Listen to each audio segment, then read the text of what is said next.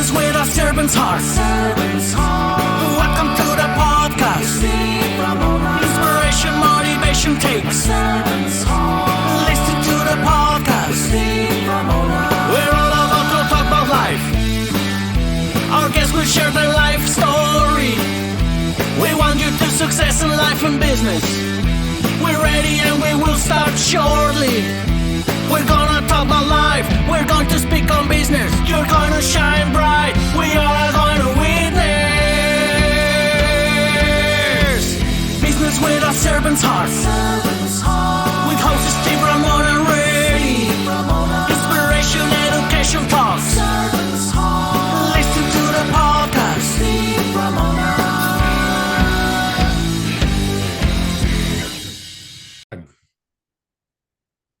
Welcome, everyone, to Doing Business with a Servant's Heart. I'm your host, Steve Ramona. I am so fired up to have you join us today. Wait to hear my guest. I've got to know him for a long time, and you're going to love this guy. But we dedicated this podcast to the idea of doing business in life with a purpose, and that's a servant's heart. Doing business with a servant's heart, doing life with a servant's heart. When you do that, the gifts you get to give, the impact and difference you make is powerful. Also, too, I bring in guests that are going to motivate you, inspire you, and educate you. You'll definitely get all three of those today, so get a pad and paper out to do that. Now, here's your call to action, audience. I love to give you homework. I was a terrible student, so I'm not a really good teacher, but I know how to give homework. And this is it. I want you to think about how you're going to serve yourself and others today and what impact and difference you'll make today. And I mentioned today, and people reach out to me and say, why do you say today? Because I hear from people that go, I'm going to start next week. I'm going to start next month. Start today. Make a call with somebody. Give somebody $1. Help somebody at Starbucks. Wherever. It doesn't matter. Go out and serve somebody. Bring them value. I guarantee you, and my guest has done this many times, the feeling is unbelievable. I want to thank my sponsor today, Pantheon Alliance.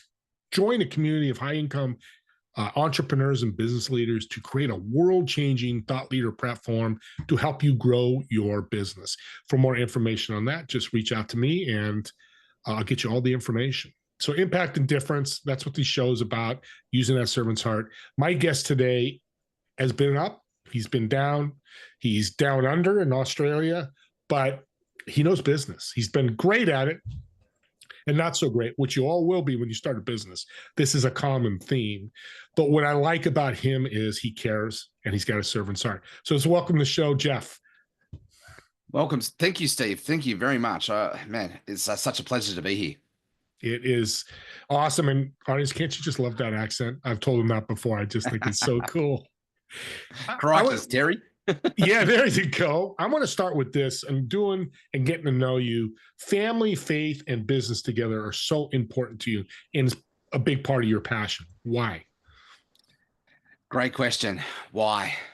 Family, faith, and business. It's everything, isn't it? It's the heart, especially family and faith. Like, you know, I think the world at the moment is very superficial. Everybody's just, you know, sort of, hi, how are you? That nobody has any depth to it anymore. And I feel like the heart of where you can really serve people and really meet them where they're at is through faith, whatever you believe it, you know, however you believe it. I believe in God.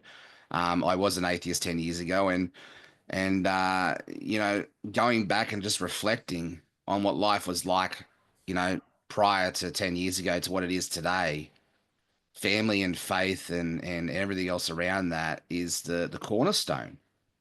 You know, like I grew up in an environment where it was very much, you know, the keep up with the Joneses sort of lifestyle, the tall poppy syndrome lifestyle. And it was very superficial. It was very empty and very lonely, very lonely. And it was the whole mantra and the attitude was you can't rely on anybody to get anything done. You have to do it yourself. And I tried that. I failed miserably at that, to the point where I actually almost tried to kill myself. Wow. And so bouncing back from that, and taking ownership and responsibility and accountability, one of the very first things that I started digging into and what I realized was missing in my life was community. And I started with family.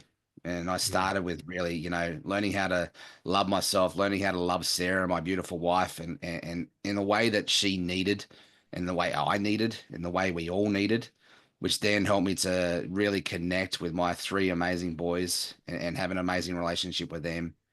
And that's spilt over to, doing life with our church family and our community around us. You mentor and coach a lot of entrepreneurs. That's your niche. That's what you love doing, passionate about. What advice would you give them to balance these out a little bit? They're never going to be the same. There's always going to be ups and downs with all three. What's a piece of advice you give them?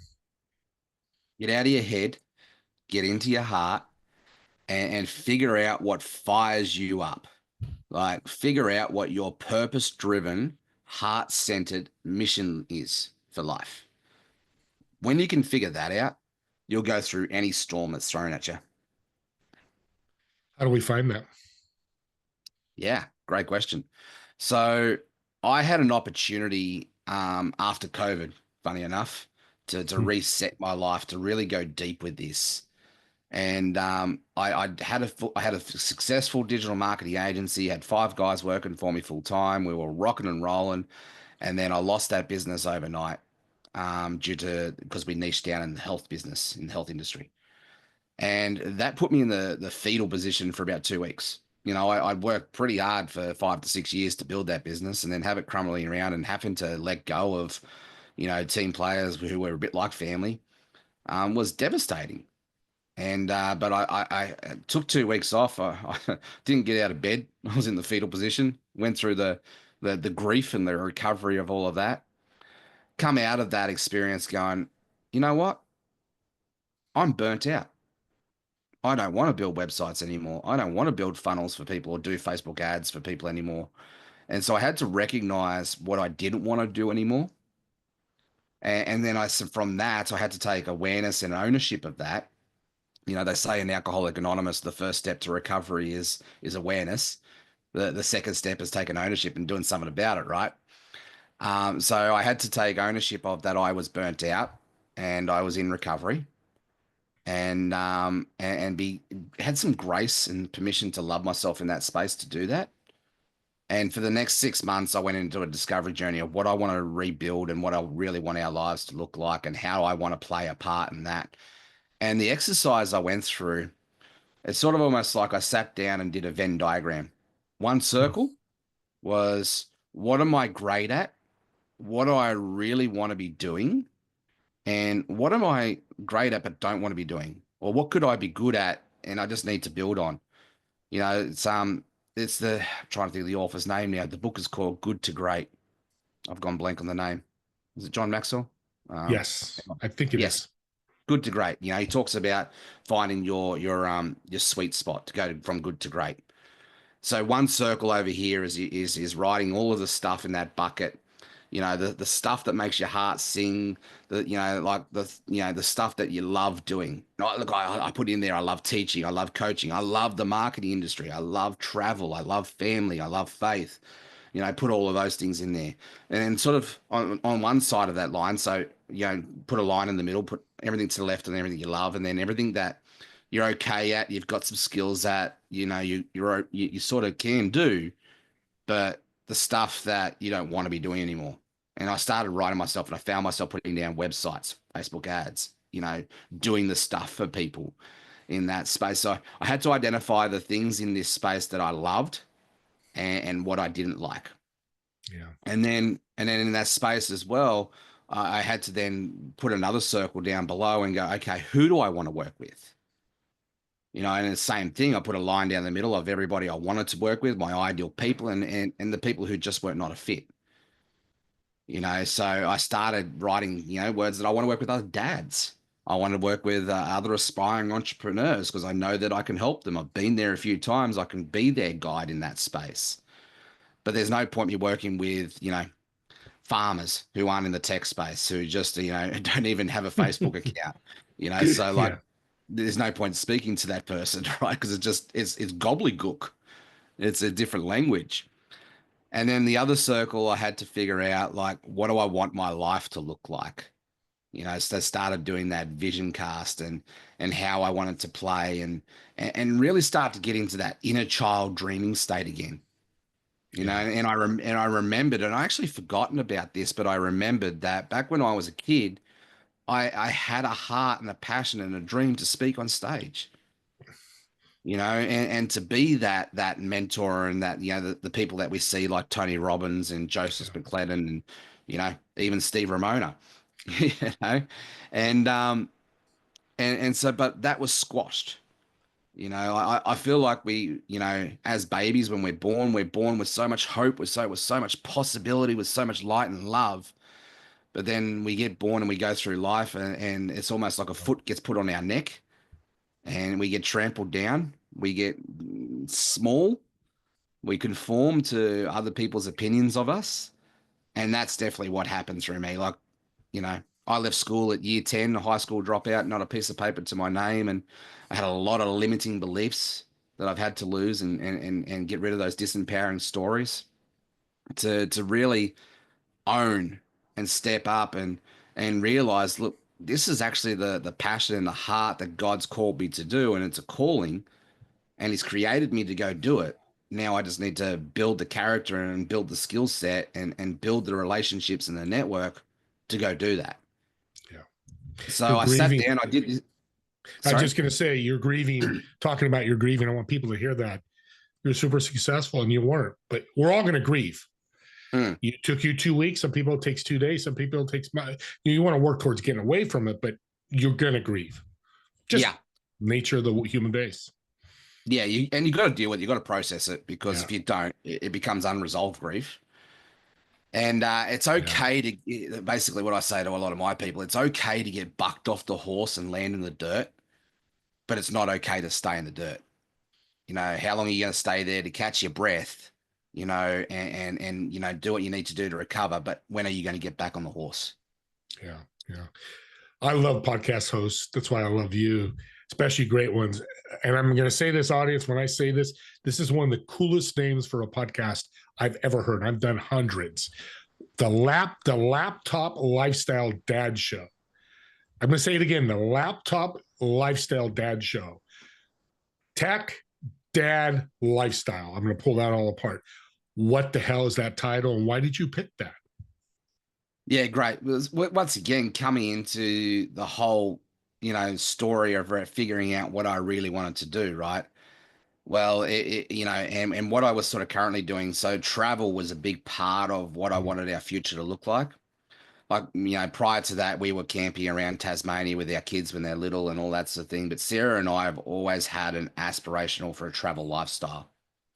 And the freedom that, the laptop lifestyle brings too, because a lot of it is about, freedom for us, but helping others to get freedom in their lives. And not financial, not just financial freedom, not just freedom to be able to work where they want to work, but the ability for the laptop lifestyle, if I describe it right, it's the ability to be by your son's hospital bed when he's 11 and he's lost the ability to walk overnight and then gets diagnosed with MS at 11 years old, and having the ability to be a father and to be present and to be by my son's hospital bed and still run my business and provide an income for my family.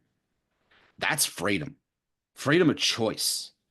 And so that's the epitome of the laptop lifestyle. And, I've just got such a heart and a passion to free up parents, especially out of the 9 to 5 grind, almost what I call modern day slavery in itself, because and even traditional business can be seen as a self-made prison. My wife and I just closed down our massage clinic. We had thriving massage clinic for 5 years and we closed it down because our circumstances changed with Harrison's MS and that journey. And we had to prioritize what was important for our lives. And we realized that Sarah was working 50, 60 hours a week in that business, and we weren't getting enough to justify the sacrifice, the cost of that. Yeah. And we needed Sarah to be mum so she could do the doctor's visits with Harrison and help him on his recovery journey. And so we chose to close that business down and walk away from it to free up that that self-made castle or self-made prison that we had made for ourselves that was reliant on us. And so you don't have to be employed. You can have your own business and can still be trapped in that space. So yeah, the laptop lifestyle, the laptop lifestyle is about freedom to be able to have choice, to show up where you want to show up, when you want to show up, and how you want to show up. Yeah. The desktop lifestyle dad show would not work. I mean, if somebody stores, are you moving in a dad? No, laptop just has that. It sits on your lap and travels with you. That's right. How do you deal with tragedy? It's not tragedy, what's happened to your son, the trauma, let's call it that, and still run incredible companies? Yeah. Well, you're coming up with the hard-hitting questions today, aren't you? You bring it out of me, brother. Look, I think it's the character attribute of resilience comes to mind. Mm-hmm. And I think you've got to go through some fires to build resilience and its experience. And I would say the thing that's helped me to become the person I am today is having great mentors in my life. Mm-hmm. So to help see the best in me, to help me guide me through tragedy. Tim O'Neill and Sharon O'Neill, beautiful friends now, been for the last 10 years. I came to Tim at a crisis moment in my life where 2 weeks prior to actually meeting Tim, I tried to kill myself. And I basically said to Tim, like, he was sort of my lifeline, if you will. Like, he had never met me. And I was introduced to my business coach at the time who introduced me to Tim. I just opened up and I just said, look, this is what's going on in life. I just got raw, real, and vulnerable. They introduced me to someone who could help me. And through that relationship, I found Jesus, found my faith. And I started to take ownership of the crap that I had brought myself upon myself. At the time, I didn't realize I did. But my life and the results of my life were reflective of the way that I was living. And prior to all of that, I lost my self-identity. Like I grew up working on horse studs and cattle stations or ranches, as you guys call them. And so that's what I knew as a laborer, as a station hand, ranch hand. And when I was 25, I had a horse jump on my neck, which ended up crushing 3 discs in the back of my neck. And 18 months after that journey, the doctors write me off and put me on a disability pension and said, that's your life, Sia. There's not much we can do for you. So I lost my self-identity in that process, which led to that ultimate crisis moment 5 years after that journey. And I had to realize that, I needed to create a new identity. Like I lost my identity in that space. So a lot of it was taking accountability, ownership, and responsibility for everything that led me to that point. But ultimately having a really good mentor who now is a brilliant friend and an amazing guy, Tim, who saw the best in me and didn't judge and didn't condemn and just met me where I was at, hurting, angry at the world, at everything. I was not proud of the fact I was verbally abusive to my wife at the time. And, learning to just see the best in me and not see the sin, but see who I could be and kept shaping me and guiding me in that space to love on me, to nurture me, to be truthful to me, and to just help guide me through that process. And so I feel like, whenever we go through a tragedy, we really need someone who's in our corner, who has no agenda, but to see the best in you. Community, community, community. You talked about it earlier with family. You were isolated, you probably wouldn't be sitting here on this show today because you probably would have taken your own life. But and an audience, what he's talking about is Tim and this other gentleman. That's Servant Hearts. They wanted to help. This is the power of doing business in life with a servant's heart. It saved Jeff's life. I just had to say that. People enlightened to see that because it's so important. We're coming to the end here, but I have to ask you, Scott. I've been wanting to ask you this all day, so because I know I'm going to get a great answer from you. What does servant leadership look like to you? giving without any agenda, and just showing up and shining, and seeing the best in people. I over the last 10 years, I've been emulating and finding leaders to, learn from. And I think the best leadership example that I could ever think of is Jesus Christ. And just Amen. the way that he showed up. And it's the whole responsible to, but not responsible for conversation. It really is that a leader's job is to empower and equip the people around them to see the best in them, to be the guide on that journey, because they've been there and they know the red flags and the death-defying cliffs and the pitfalls that they're going to face, to bring truth with love in that space. But ultimately, at the end of the day, just like Tim has done for me and other mentors have done for me, it's up to the person to do the work. And so I've had to go through my own leadership and mentor journey, and become detached from the result, but fall in love with the process. Yeah. And like it's my responsibility is to show up, is to empower and equip others to be the best version of themselves, just like I think any other servant-hearted leader is.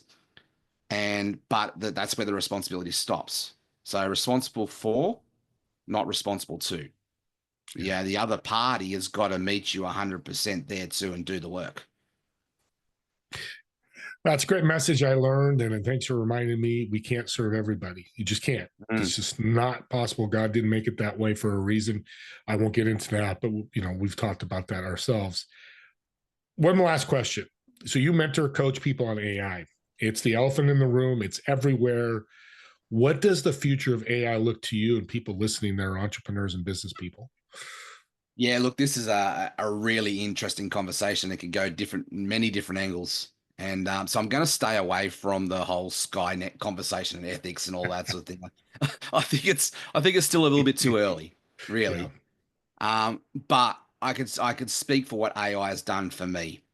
Now, AI saved my marriage to start with, in a way that I'm a content creator, I'm a digital marketing coach, and so I got to create content. Now, I'm a high school dropout. My English is not that great, in like grammar, I mean.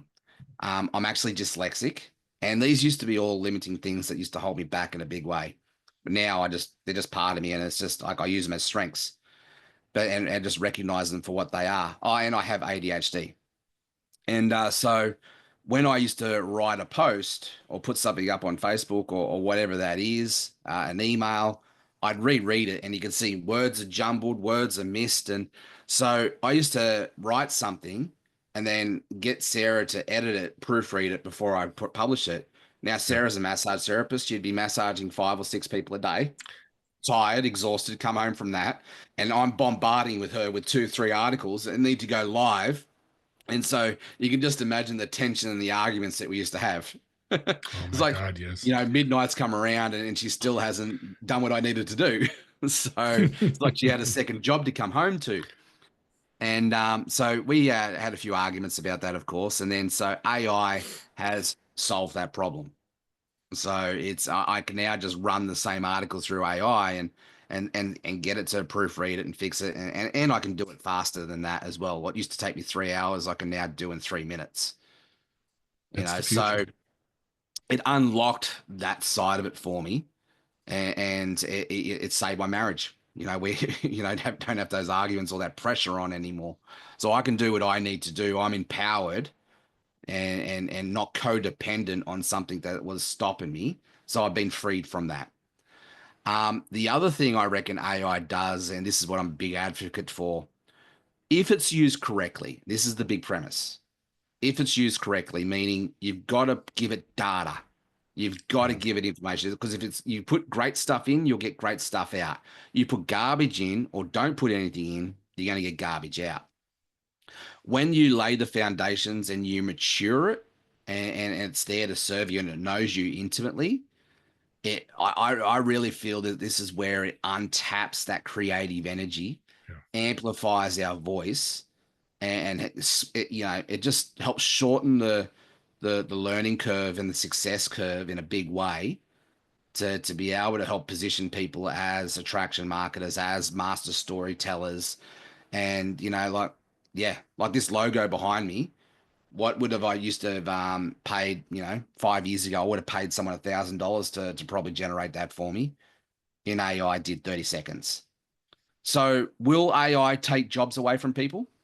Yes, it will. But those who embrace it, those who learn to leverage it as a tool will keep their jobs and they'll do bigger and better things.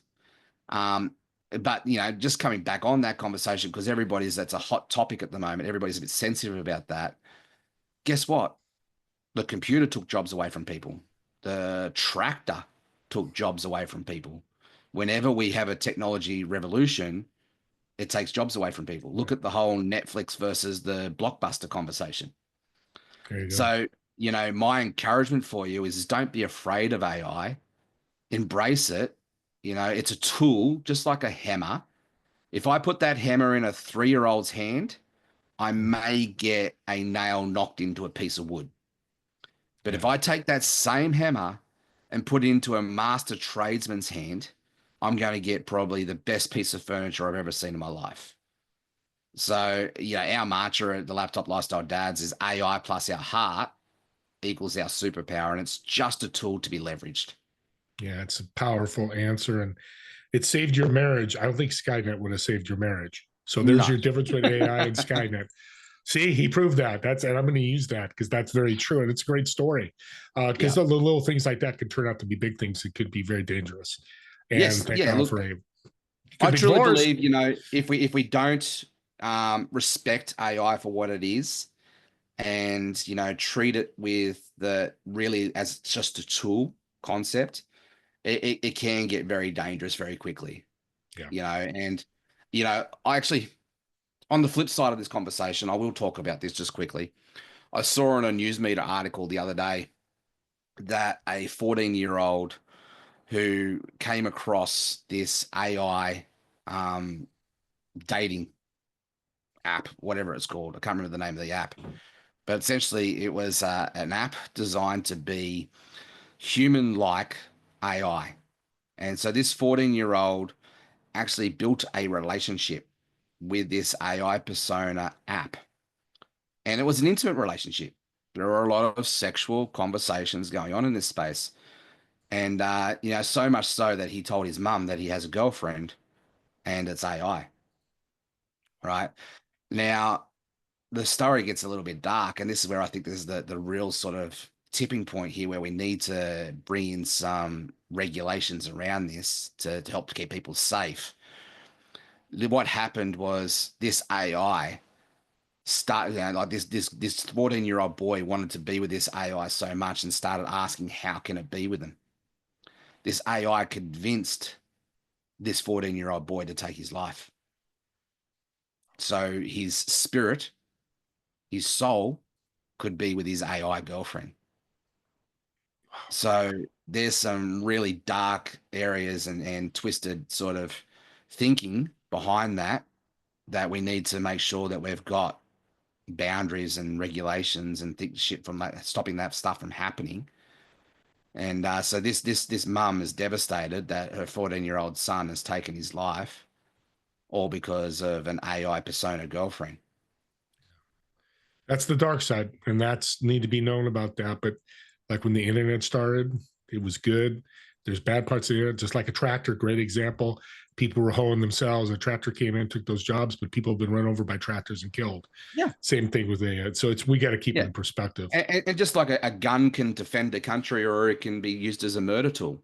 Yeah, absolutely. So yes, it's a tool, but it's a very powerful tool, and it needs to be respected in that space. Yeah. Amazing show. I knew it would be. Let's end with a fun little improv that I do with my guests. So I've got a reservation at a restaurant, table of 4. You're going to sit obviously in one of the chairs. Who would you invite, dead or alive? Why would you invite them? And most importantly, what food does Jeff order for the table? What's food? Well, let's start with that. As a foodie, I love my food.